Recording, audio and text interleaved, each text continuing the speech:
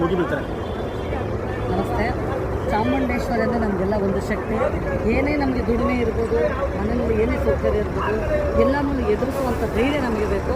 ಆ ಧೈರ್ಯಕ್ಕೋಸ್ಕರ ಮೊದಲನೇ ಆಷಾಢದಲ್ಲಿ, ಮೊದಲನೇ ಶುಕ್ರವಾರ ಆಷಾಢದಲ್ಲಿ ಚಾಮುಂಡೇಶ್ವರಿ ದರ್ಶನ ಆಗಲೇಬೇಕಂತೇಳಿ ನಾವು ಬಂದಿದ್ದೀವಿ. ಅದೇ ನಮಗೆ ಖುಷಿ. ಮತ್ತು ಪ್ರತಿಯೊಂದು ಮೆಟ್ಟು ಅಷ್ಟೇ ಕುಂಕುಮ ಹಾಕ್ತಾರೆ ಹೆಣ್ಮಕ್ಳು. ಏನು ಬೆಟ್ಟ ಹತ್ಬೇಕಾದ್ರೆ ಪ್ರತಿಯೊಂದು ಮೆಟ್ಟಿಗೂ ಅಷ್ಟೇ ಕುಂಕುಮ ಹಾಕ್ತಾರೆ. ಅವರವರ ಭಕ್ತಿ ಏನಂದರೆ ದುಡ್ಡಿರೋರು ದುಡ್ಡು ಕೊಡ್ತಾರೆ ದೇವರಿಗೆ, ದುಡ್ಡಿಲ್ದಿರೋ ಅವರ ಭಕ್ತಿನ ಆ ರೀತಿ ತೋರಿಸ್ಕೊಡ್ತಾರೆ.